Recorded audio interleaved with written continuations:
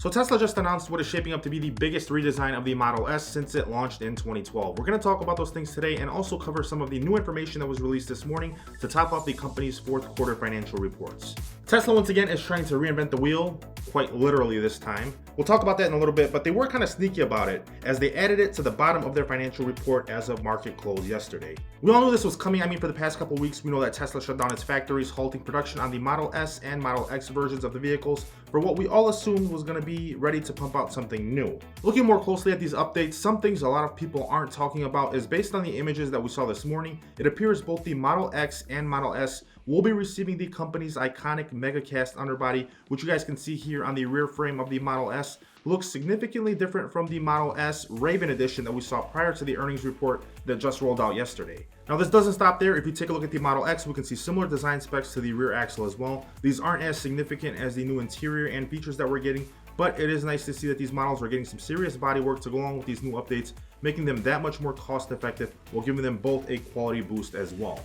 With the new Model S and Model X, it looks like Tesla is doing away with the key fobs for the base models and saving them for the much more premium plaid versions of the vehicles. You will be able to get into your car like the Model 3 and Model Y, either using the Tesla card or using your phone as your primary key fob.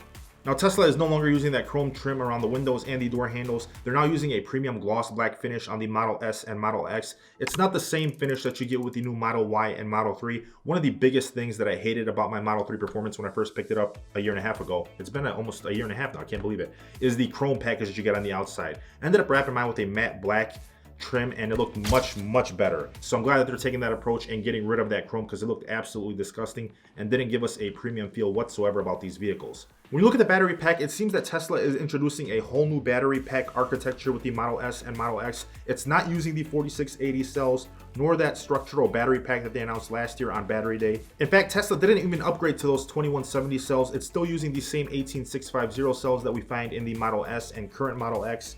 However, they have been updated with the latest chemistry. If you look at the changes, they're mainly focused on thermal performance. The automaker has developed some new coolant channels to cross-flow, making temperatures much more consistent across each channel inside of the battery pack. Thanks to these new thermal performance updates, you are able to now go ahead and drag race back to back without having that much of an issue with your power output on your Tesla. And also you do get updates now with the Model S and Model X to where they do charge a lot faster. They do have that 250 kilowatt charging like you get with the Model Y and the Model 3. You do get retractable cup holders below the sliding doors of the new center console in both the Model S and Model X. You also get much deeper pockets on both front doors. Now, one of the things that I absolutely couldn't stand with the previous models was the cup holder orientation. It looked absolutely disgusting and it didn't give you a premium feel whatsoever when you were in either one of these vehicles. Now I was this close to upgrading my 2020 Model 3 Performance for a 2021 version, just for the simple fact that you now get wireless charging in these vehicles with USB Type-C and the new much cleaner looking retractable cup holders. It looks much better than my Model 3 does, and I'm kind of annoyed because I bought mine a couple of months before the refresh came out. So we'll just have to wait and see. Now I can go ahead and wait for later on this year when I do want to go ahead and refresh my car. I can pick up a Model S instead of a Model 3 because it does give you much more room, and the interior on this new Model S looks absolutely stunning.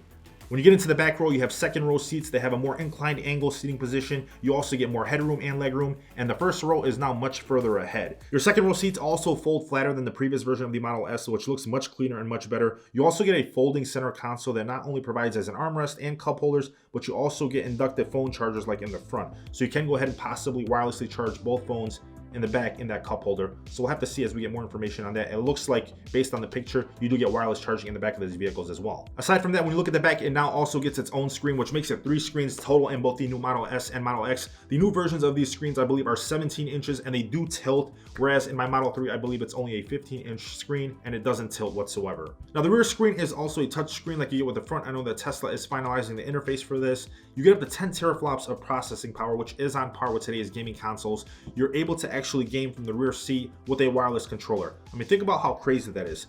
Maybe eventually the whole family will be able to take a road trip with full self-driving capability and everyone will just be playing games the whole time and eating food. This is definitely next level. I don't know about you guys, but for the first time in my life, I'm actually excited to sit in the back seat of a vehicle instead of drive. Now, Tesla did slightly change the front trunk in the Model S and Model X, the front, to accommodate that new powertrain, but apparently it doesn't affect the storage space in any significant way. Also, with the Model X now getting to the rear, you can go ahead and fit a golf bag horizontally, which is definitely a plus for us golfers. I don't know if you guys knew this or not, but golfers buy their vehicles based on how they fit their golf bags, not the other way around. That's a proven fact. Getting into tires and wheels, it looks like Tesla is using new advanced tires in the Model S and Model X that should result in better rolling plushness that makes the ride that much smoother. I mean, how much smoother is it going to get? I mean, even driving here in Detroit where there's potholes everywhere, my Model 3 is super quiet and super comfortable. So what's it going to feel like in the new Model S and Model X? Are we going to feel weightless? I mean, it's definitely going to be exciting to see. With updated versions, Tesla has introduced that same cabin-facing camera that is found under the rearview mirror in your Model 3 and Model Y. You also get a new interior radar for intrusion sensing and occupant detection. Now, if you guys aren't comfortable with this, you can go ahead and opt out of using that camera inside the vehicle. Tesla says that they're using it for in-vehicle collisions to go ahead and better future-proof these vehicles to help prevent accidents better in certain ways. So you can go ahead and turn that off, I believe, and you should have that same feature with the new Model S and Model X. Now, the new Model S and Model X are also equipped with Tesla's next generation Airwave climate control that's built on the same climate control system that was first introduced in my Model 3.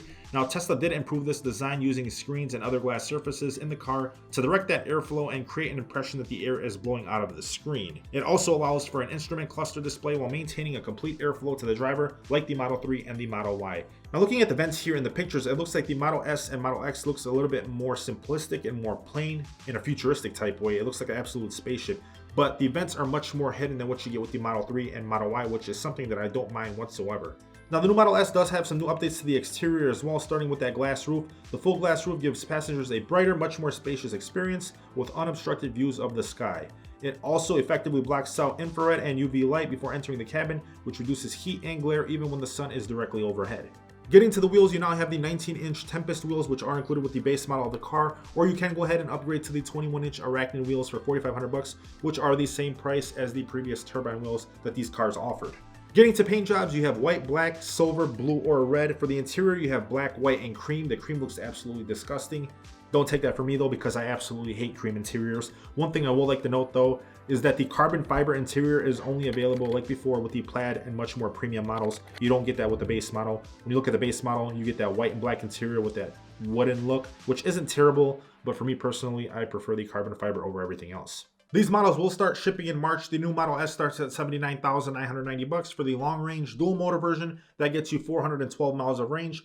Or people can spend $119 grand for one with the new more powerful plaid powertrain that goes 390 miles with that sub 2-second 0 to 60 time. When you get into the Plaid Plus version, the upgrades are pretty substantial. You have torque vectoring, carbon sleeved rotors, 3 high performance motors over 1100 horsepower, quarter-mile times of under 9 seconds, 0 to 60 times of under 2 seconds, and the quickest 0 to 60 quarter-mile acceleration out of any production car ever created.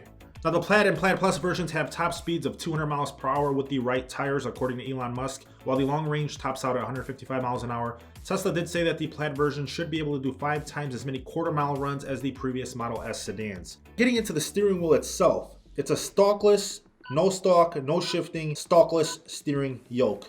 Try saying that 5 times. I mean, we can't overlook the simple fact that this thing looks like it's from a different planet. It looks absolutely sick. But at the same time, there are some issues. For example, what if you want to flex? What if you want to drive through the hood? You can't lean back and put your hand on top of the steering wheel anymore while listening to music. I guess the ultimate flex now would be driving through the hood with your feet out the window while you're being driven in your new Model S or Model X. Maybe that's the new flex. I don't know. Either way, let me know down below in the comment section what you guys think. This is absolutely insane and I'm super pumped for it. Make sure you smash that like button for me if you guys enjoyed this video. Subscribe if you haven't already. Thank you so much for watching. I'll see you guys in my next episode. Peace.